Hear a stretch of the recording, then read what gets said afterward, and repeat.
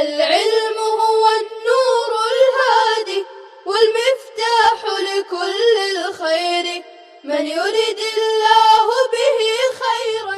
بسم اللہ الرحمن الرحیم. اللہم صلی علی محمد کلما ذکرہ الذاکرون وکلما غفل عن ذکرہ الغافلون. یا رب صلی وسلم دائما ابدا علی حبیبک خیر الخلق کلہم.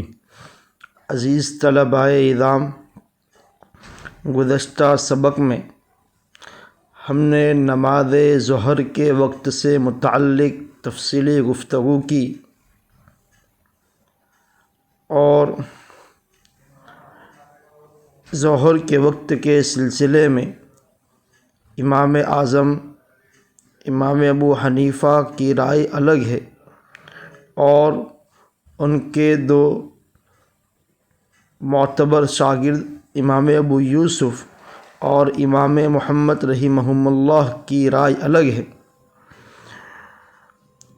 ان دونوں کی بات کی تطبیق دیتے ہوئے یہ فرمایا کہ سایہ اصلی یعنی مثل اول سے پہلے یا مثل اول میں نماز ظہر ادا کر لے اور مثل ثانی کے بعد نماز عصر ادا کرے. اب یہاں سے نماز عصر کی نماز کا وقت بیان کر رہے ہیں. نماز عصر میں 4 رکعتیں پڑھنا فرض ہے. یہ فرض رکعتیں بیان کر رہے ہیں، باقی سنت 4 ہے جو عصر کی نماز سے پہلے پڑھنا ہے. اوپر ذکر کردہ تفصیل کے مطابق جب ظہر کا وقت ختم ہو جاتا ہے تو عصر کی نماز کا وقت شروع ہو جاتا ہے. جو ہی ظہر کا وقت ختم ہوا اور ظہر کا وقت شروع ہو گیا اور سورج کے غروب ہونے تک رہتا ہے.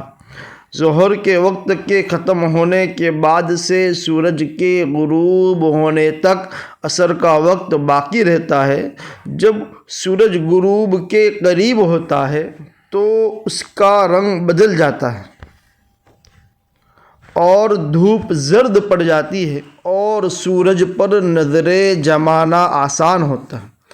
جب سورج ڈوبنے کے قریب ہوتا ہے تو اس وقت سورج کی روشنی پیلی ہو جاتی ہے اور اس وقت اگر آپ سورج کی طرف دیکھنا چاہو، سورج کی طرف نظریں جمانا چاہو تو جما سکتے ہیں.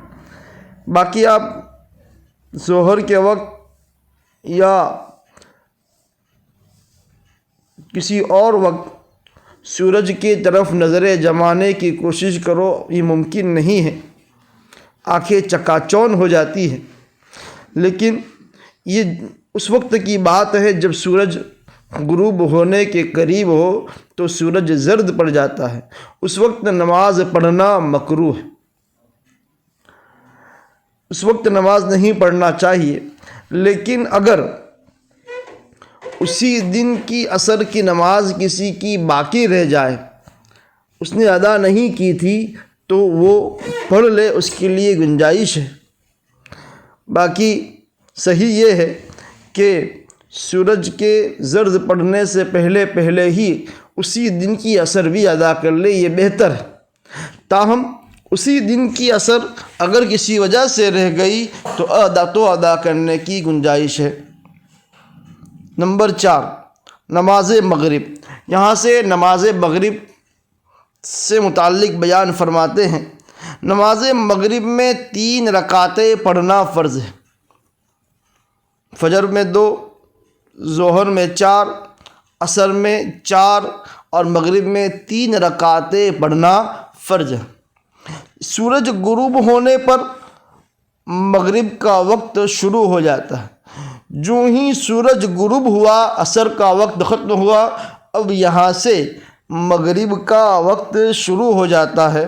پھر جب تک مغربی جانب آسمان کے کنارے پر، مغربی جانب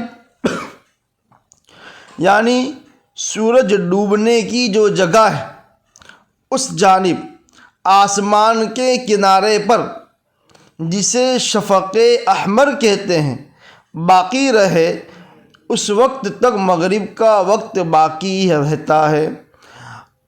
مغرب کی جانب آسمان کے کنارے پر ایک سرخی ہوتی ہے، ایک لال کلر ہوتا ہے جسے شفق احمر کہتے ہیں۔ وہ شفق احمر جب تک باقی رہتا ہے اس وقت تک مغرب کا وقت باقی رہتا ہے۔ جو ہی شفق احمر یعنی وہ لال کلر، وہ سرخی ختم ہو گئی تو مغرب کا وقت ختم ہو گیا۔ پھر جب سرخی ختم ہو جائے تو مغرب کا وقت ختم ہو کر عشاء کی نماز کا وقت شروع ہو جاتا ہے۔ لیکن یاد رہے کہ مغرب کی نماز جلدی ادا کرنا مستحب ہے، اتنی دیر کرنا کہ خوب تارے نکل آئے مکروہ ہے۔ اب مغرب کی نماز میں تاخیر کر رہے ہیں، یہاں تک کہ آسمان میں تارے بھی نکل آئے تو یہ آپ تاخیر کر رہے ہیں، ایک مکروہ عمل کر رہے ہیں۔ جو ہی سورج غروب ہوا مغرب کی نماز ادا کر لینا چاہیے۔ مذکورہ بالا تفصیل صاحبین یعنی حضرت امام ابو یوسف اور امام محمد رحمہم اللہ کے نزدیک ہے۔ امام ابو یوسف اور امام محمد رحمہم اللہ کا فرمانا یہ ہے کہ جب تک آسمان میں سرخی باقی رہے اس وقت تک مغرب کا وقت باقی رہتا ہے۔ جو ہی وہ سرخی ختم ہو گئی تو مغرب کا وقت ختم ہو گیا اور عشاء کا وقت شروع ہو گیا۔ اور یہ کہ مغرب کی نماز جلدی ادا کرنا مستحب ہے۔ تارے نکلنے کے بعد اگر کوئی شخص مغرب کی نماز پڑھتا ہے تو وہ نماز مکروہ ہے۔ جبکہ امام اعظم ابو حنیفہ رحمہ اللہ کا ارشاد گرامی یہ ہے کہ مغرب کی جانب سرخی کے غائب ہو جانے کے بعد، سرخی غائب ہو گئی اس کے فوراً بعد مغرب کا وقت ختم نہیں ہوا، بلکہ سرخی کے غائب ہو جانے کے بعد شمالاً اور جنوباً، شمال اور جنوب کی جانب جو سفیدی ظاہر ہوتی ہے جسے شفق ابیض کہتے ہیں، اس وقت تک مغرب کی نماز کا وقت رہتا ہے۔ جب یہ سفیدی چھپ جائے تو عشاء کی نماز کا وقت شروع ہو جاتا ہے۔ امام صاحب کا قول یہ بالکل فجر کے الٹا ہے۔ فجر کے وقت جب تک سفیدی باقی رہتی ہے اس وقت تک فجر کا وقت شروع نہیں ہوا۔ جو ہی آسمان کے کنارے پر سرخی نظر آئی، شفق احمر نظر آیا، ویسے ہی فجر کا وقت شروع ہوتا ہے اور عشاء کا وقت ختم ہو جاتا ہے۔ اس کے بالکل الٹا جب تک سرخی باقی رہے گی مغرب کا وقت باقی رہے گا۔ جو ہی سرخی ختم ہو کر سفیدی ظاہر ہو جاوے اس وقت مغرب کا وقت ختم ہو کر عشاء کا وقت شروع ہو جاتا ہے۔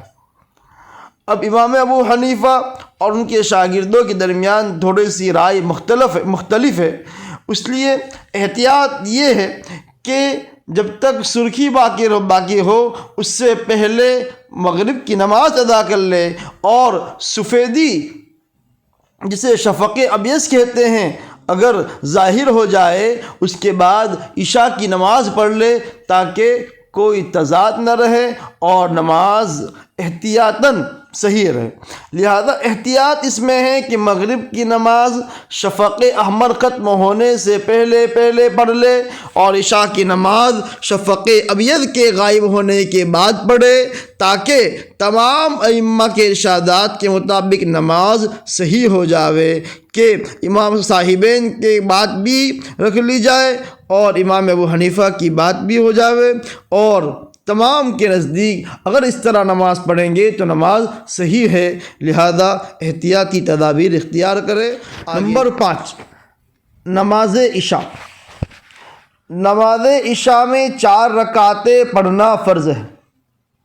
عشاء میں 4 رکعتیں پڑھنا فرض ہے۔ شفق کے غروب ہونے کے بعد جب مغرب کا وقت ختم ہو جاتا ہے تو عشاء کا وقت شروع ہو جاتا ہے جو صبح صادق کے طلوع ہونے تک رہتا ہے۔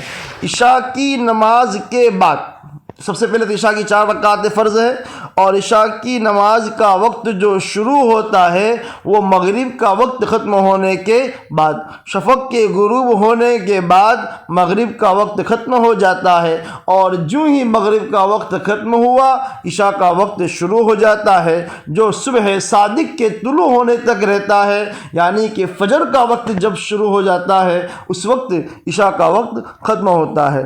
نماز وتر واجب ہے، نماز وتر فرض نہیں ہے۔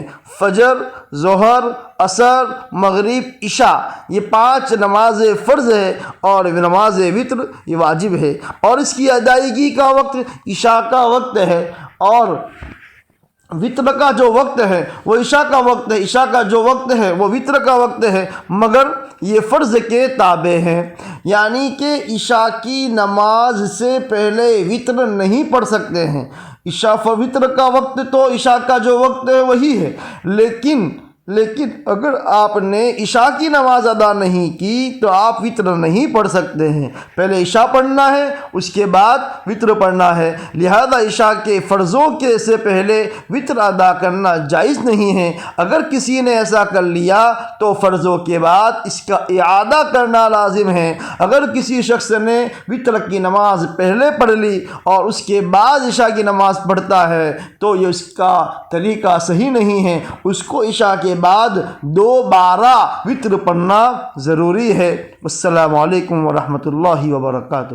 السلام عليكم، لا تنسوا الاعجاب بالفيديو والاشتراك في القناة تشجيعا لنا لنستمر بنشر المزيد إن شاء الله.